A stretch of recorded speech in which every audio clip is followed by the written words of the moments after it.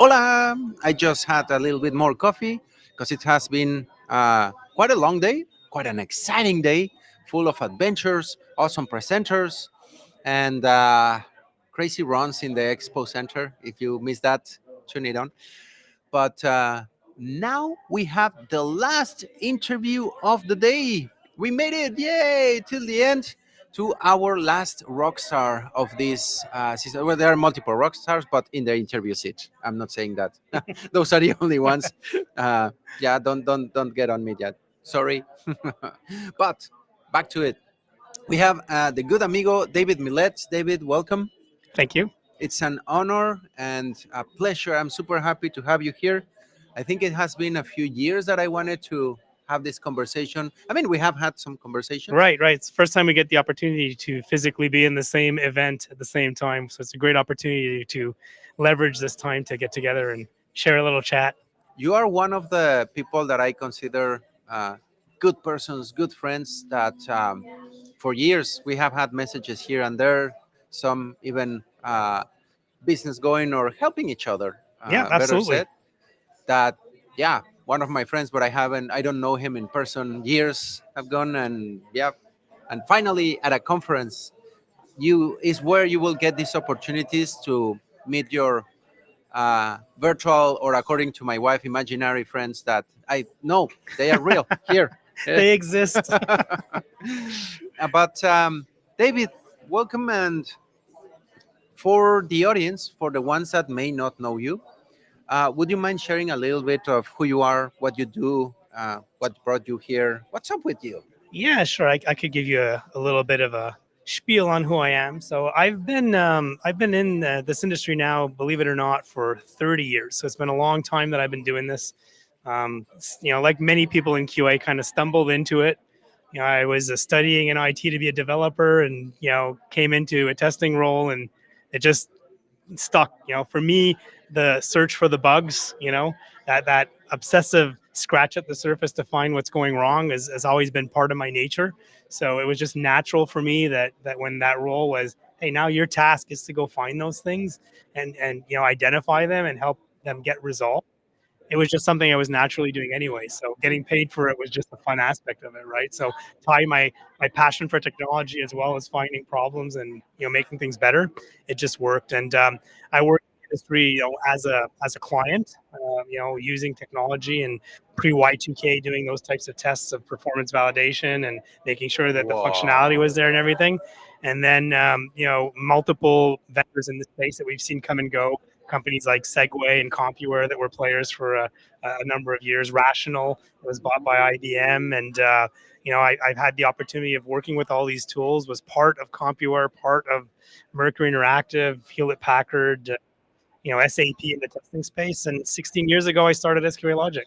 So been co-founder of that, and handed over the reins from a business perspective to assume a role as technology evangelist, get back into that, working with the tech, which is important to me. I think that having the reins and kind of letting them go so that you can keep doing the. I'm not judging if the reins are. I don't know if they are boring or not, or they are super They're fun. time consuming. They're But time this consuming. is Yeah. fun, right? Yeah. Yeah. I I, enjoy this. This is the fun part of the job, right? Getting out there and meeting colleagues and like such as yourself that we don't always have the opportunity to get together and share on these topics. And I had a great presentation, just about an hour ago, and was able to we're gonna get exchange. into that. Yeah, had an exchange with 60 people in that room. It was really nice to be able to share our thoughts around topics that are pertinent in the QA space and kind of progress on that. So You were from for a while away from these scenes a little bit, and you are making a, I would say, strong return. And on one hand, why did you stop, and what did bring you back? it's a good question. I would say it's kind of a two-angled thing. Part of it was the business itself as it grew and as things evolved. I found myself stuck doing more of the back end office stuff, and getting actively engaged in managing projects. And I started SQA Logic. Um, it's probably something you're very familiar with as well. You start a business, but the moniker or the known aspect of it is yourself.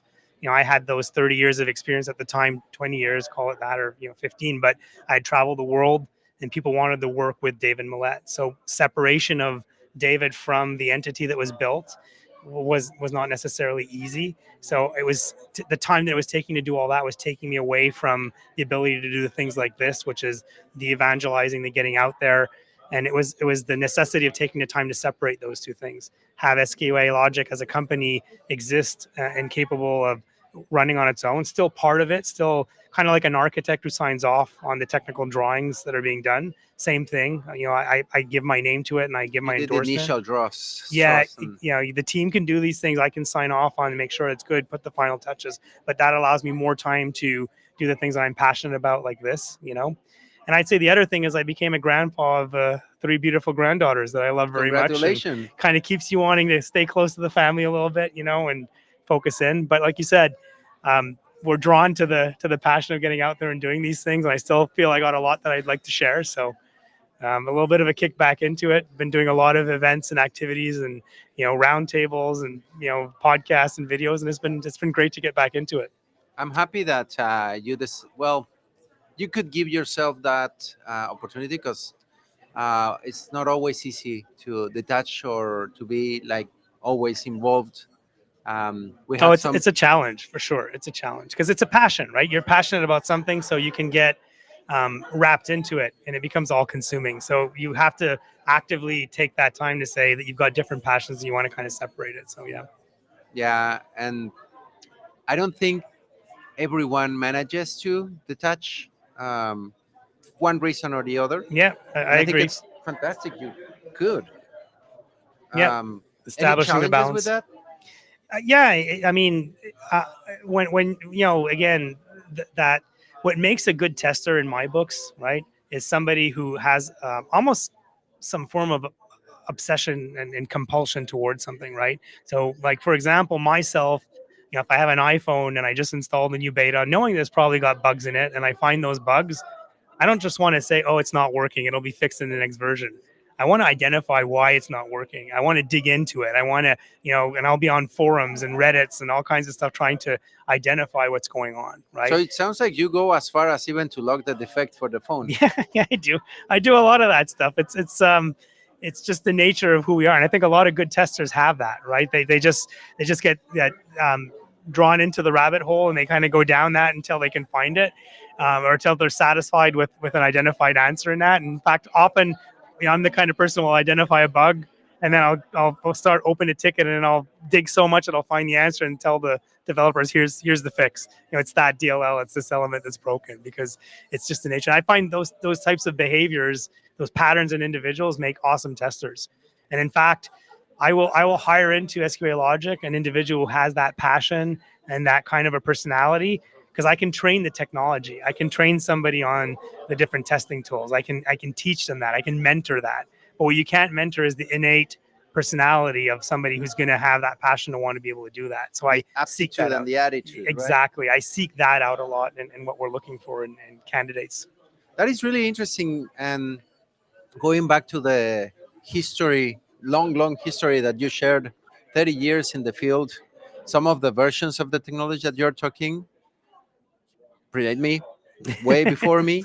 But some of the others, I'm like, oh, wow, I remembered rational when you said, like, Yeah. those were my baby steps Yeah. and Yeah. things that. Exactly. And from all that experience, from all those changes that you have lived and experienced, how do you feel? What do you say with what you're seeing today in the industry? And especially, not that you were living in a cave, being a manager and all that for your company, but now that you are here on the field, listening to the people, and from your departure point of perspective, where you started, Mm-hmm. um, what are your findings this Star West? Yeah, I find it interesting, honestly. The QA space in itself has had um, I'll take a phrase from the presentation that Jason did yesterday, where there's been multiple inflections, right? Inflection points in the QA space. And I think, I was lucky enough to kind of embark in a time with Y2K, which was one of those inflection points where QA got a lot of attention, right? Because people were worried, fearful of potential problems. It got visibility and attention. And I'd say, the cost of the internet and bringing things live as well brought attention to performance testing and optimization. Memory was very expensive. We all remember that, right? So those optimizations of eliminating memory leaks and all that at the time when it was physical memory that was very costly meant that there was a lot of emphasis put into that. But I find that in the last couple of years, of the career, it kind of stagnated, right? It was a status quo type thing. There were evolutions, but it was more linear, right? It wasn't like a jump. I find right now what's exciting is AI is one of those drivers that's bringing back to the forefront attention towards quality. And at least I'm one of the advocates that say, hey, take a second, take a step back, and realize that this is where we got to put on that hat again, right? And say AI is great, but we got to think about how we're going to properly test it and how we're going to box it in the right way and make sure that it's delivering the value that we want and not adding a bunch of risk and additional elements to it. So I love that perspective that you are bringing, because everyone is excited and jumping on the bandwagon of how will we use AI to test, and you're just turning it around. No, no, no. How we are going to be testing AI? yeah, yeah, it's actually the subject of my talk that I had at this event, and I think it's maybe one of the reasons I was lucky enough to get selected, because it is a little bit of a different angle. And if we can raise that awareness, and I'm not a naysayer to AI. In fact, I'm excited about what it's bringing. I'm just saying, as a responsibility, as a responsible tester, and somebody who's dedicated to quality, there are particularities in AI. There's flagrant differences from a traditional static application. It means that we need to approach it and test it differently, right? And there's things that are the same and there's things that are different, and we need to kind of identify how we're going to define that practice as a whole, and how we're going to basically ensure that we're capable of continuing to deliver to the general population quality products. I love the way that you expressed it. That makes it sound a little bit like don't go into a prohibition era like Al Capone time and all Hmm. those. Elliot Ness, was it? Yeah, The Untouchables. yeah, And no prohibition, but drink responsibly, yeah, AI responsibly. yep, That's exactly, really, really exactly. important. Yep. But going back to your talk, what was the title? It's the quality assurance of AI, how to test the tests. How to test the tests. Yep. And I know you already mentioned a few bits and elements. What was like the core? I mean, we're not spoiling it. You already did it, so I think we can freely and openly talk a lot about Yeah, it. fundamentally, the particularities of testing AI is it's it's um it's the same but different. So everybody knows that expression. It's the same but different, Yeah. right? Meaning that there's a lot of things that look the same that we're used to seeing. In fact, there's some monikers and names, like for example, performance testing, right? So we all know Wait, the wait, known wait. performance testing, but in AI, there's actually a form of performance testing that is different than the physical testing of the hardware and the infrastructure and so forth. There's an aspect of performance testing that is the performance of the algorithm, There the are so many mathematical new algorithm, metrics that you and have and to and there's a check. different angle, right? So there's a cost to AI as well, right? There's a significant cost to AI, and I think more and more people are realizing that implementing a model, right, an LLM that's being built, and training your algorithm against that, and creating the model, and being able to work with it, the cost of operation can be significant. It can be millions, tens of millions of dollars to achieve this goal. So launching yourself into AI as a company just to say me too is not necessarily the right answer. It has to have a compelling reason to do so. I think more and more companies are kind of realizing what's the sweet spot, where they need to actually use that or not. And so fundamentally, the talk itself was sadly not to say here's the definite answer, because I don't think there is a definite answer yet on how to test that. Why? Because it's still a very rapidly evolving field. We're still feeling it out. Government entities, ethics committees, companies are still trying to figure out what is the box that we need to put around it, how it needs to be done. The whole idea of the talk was basically to say, we need to be part of that discussion. We need to bring our expertise, our savvy in these areas in helping kind of craft that, right? And help define it. And then there was a lot of good little nuggets and parts in there that were added in on tools that you can use, individuals that need to be part of the practice. So that's an interesting aspect. It's we're used to the traditional roles of performance tester, functional tester, test automator, business analysts that provide intel on the processes. But there's a new role coming into the mix in testing, and that's the data scientist, Oh, right? And the data scientist is important because that's a role that, even if we wanted to go into that, not us, a lot of us, myself included, are not specialists in that, right? But wasn't there a data scientist before? Is it just entering the QA realm, or there's what do you always been mean? a data scientist, but the inclusion of the data scientist and leveraging data science tools in the optics of when you're building, large language models, you're working in this quantum matrices and so forth, and you're building things. It's a whole other aspect of things, right? And then there's going to be a much tighter collaboration between that individual, that data scientist, and the traditional QA testers. And we're seeing that more and more where they're working hand in hand in those aspects. I'm happy to hear that because yeah, the data science, and I keep bringing this because I think it's being overseen often. The observability part that you have to measure, have lots of information to enable the AI or to work with it, and having the data scientist to suggest how to analyze this data, what to do with these models, what to work with in the QA team. That's an interesting one that I haven't thought about it. Because think about it, right? Like when we're doing testing of a machine learning system, right, that's being built, or an AI system that's going to rely on the data set, it's important that the data set that was learned upon has the right elements. So A you healthy have to data set. eliminate bias. You have to make sure things are labeled correctly. You have to pull all this stuff together in a way that it's going to provide the results that you want, but in a correct way that's not breaching ethical boundaries and legal boundaries that are being actually defined as we go. So what was correct today might not be correct tomorrow based on what's found. And so therefore those data scientists, sometimes we could say it's as easy as saying, okay, so I don't want gender bias, right? So I'm going to make sure that we remove the definition of gender. Okay, that's a possibility. You can say, okay, I'm smart. I want to make sure that I'm ethical in that space. I'm going to eliminate gender bias. I'm going to remove all identifiers as male or female in my data source, right?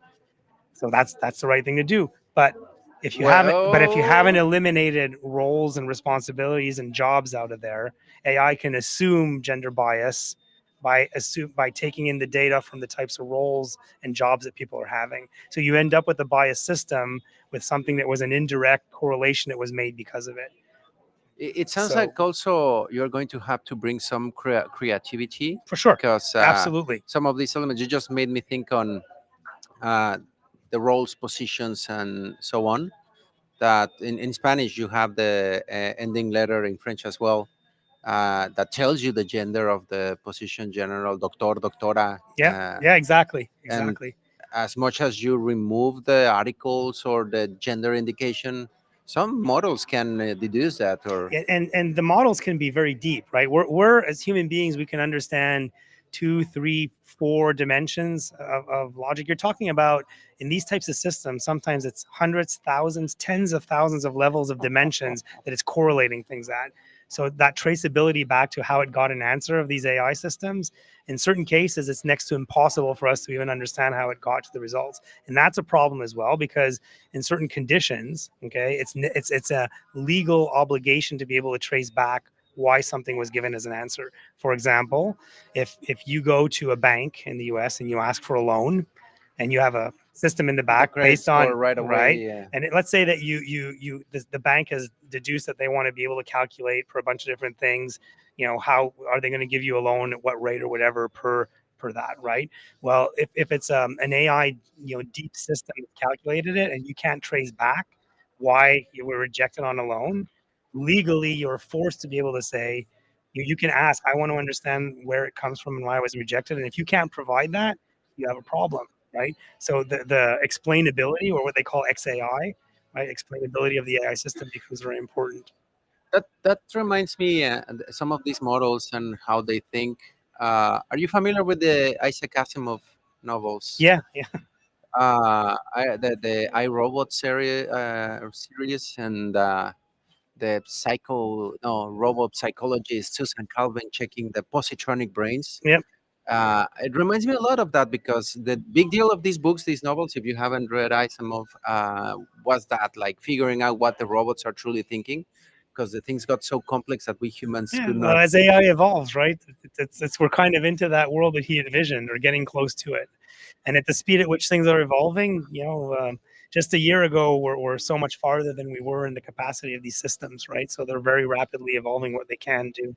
So And in some of the traditional things that we were testing before all this AI wave, I remember, yeah, why did we get this output from this system? Why is it logged as a defect? Okay, let's trace the code, check the if, whiles, what was all the maps. Even there was somewhat complicated at times. Now with these models and the parallel things that are going on inside, yeah, good luck, right? yeah, and there's all kinds of new um, approaches or techniques to testing AI systems, And I like think that's where data science comes. metamorphic testing and so forth. These, which is basically means you can't test the outcome, because the outcome asked the question three times and you're going to get a variation of the same answer, right? Always.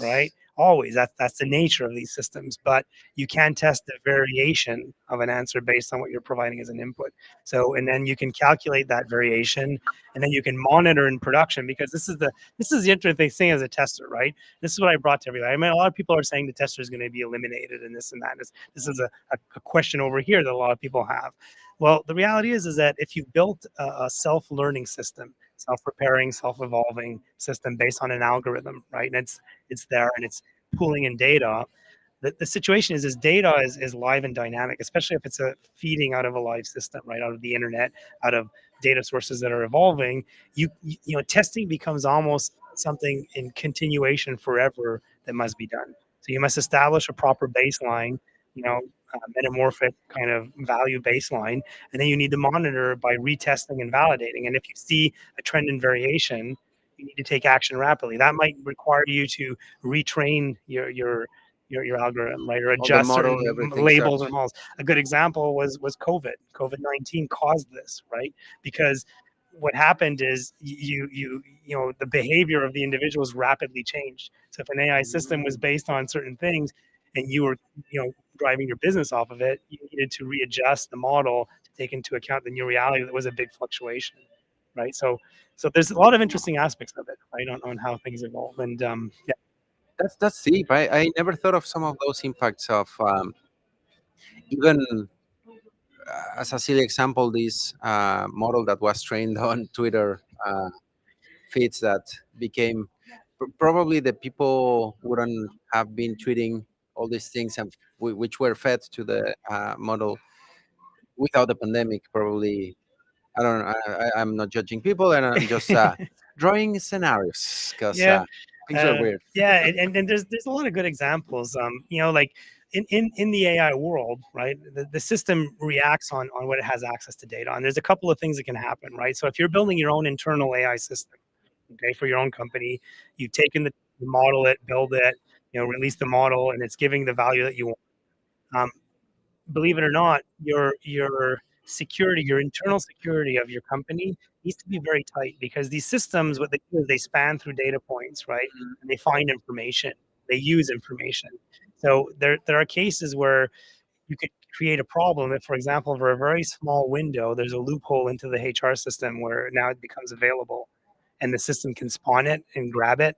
What happens is your system can now be leveraging proprietary information, private information that now Medical becomes part of the records model, or because it's learning and adding it in, right? And it's mm, expanding it. So that's kind of a by error thing that can happen. And then you've got the scenario as well, which is what's called data poisoning, right? So these models as well exist to be able to allow us to predict things. Call an example of, um, I don't know, a predictor on potential election choices that could exist, right? Like we're coming up in U.S. elections, and that exists. Well, there's always that risk of, if there are these systems that are there to help kind of predict where things are going based on data, that if you have a malicious entity on the outside that wants to influence that, they can start posting things on Twitter and Facebook and all kinds of areas that are saying, "Oh yeah, like momentum's here, and I'll vote for this and all of that." And enough of that is enough that it can poison the base data, that can influence the predictions, right, that these systems can give.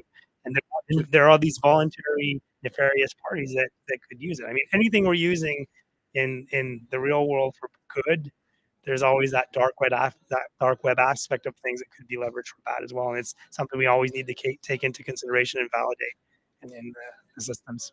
Voluntary or involuntary, again, Twitter. We know what happened, Yeah. what type of bad data that model ended up having, and the personality that it developed, and was not pretty. I saw some of the things that the thing was spitting, and I'm like, Yeah, that whoa, was oh in wow, 2006. That you're talking about yeah, Tay in 2016. and Yeah, it was the nasty. trolls definitely leveraged that to. I mean, she was actually only live, and if you have the opportunity, you don't know Tay, take a look, do a search on it. It's actually quite funny and scary all at the same time. But she was only brought online for 16 hours, and then Totally she was retired. She uh, was uh, retired. spoiled. Yeah, Yeah, we're wasted. It not going to go became into some of the things that Tay was saying that she believed in at the end, but it was not very good.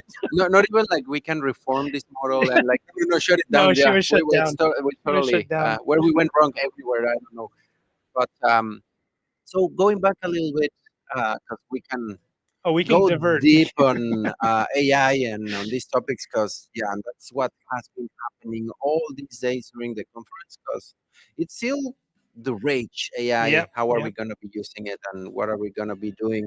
What's going to be the future and QA and that. But speaking of the future, what is in your future? What should we be expecting from you? Any interesting plans? More talks? Yeah, Are you hopefully blasting the more of. conferences now Yeah, that you switched? I would say hopefully more of these. It's a pleasure for me to get out and do these, sharing with colleagues like yourself, and whether that's in physical events like Star West or other Star events or other QA focused events, or the opportunity to collaborate on webinars, podcasts, roundtables.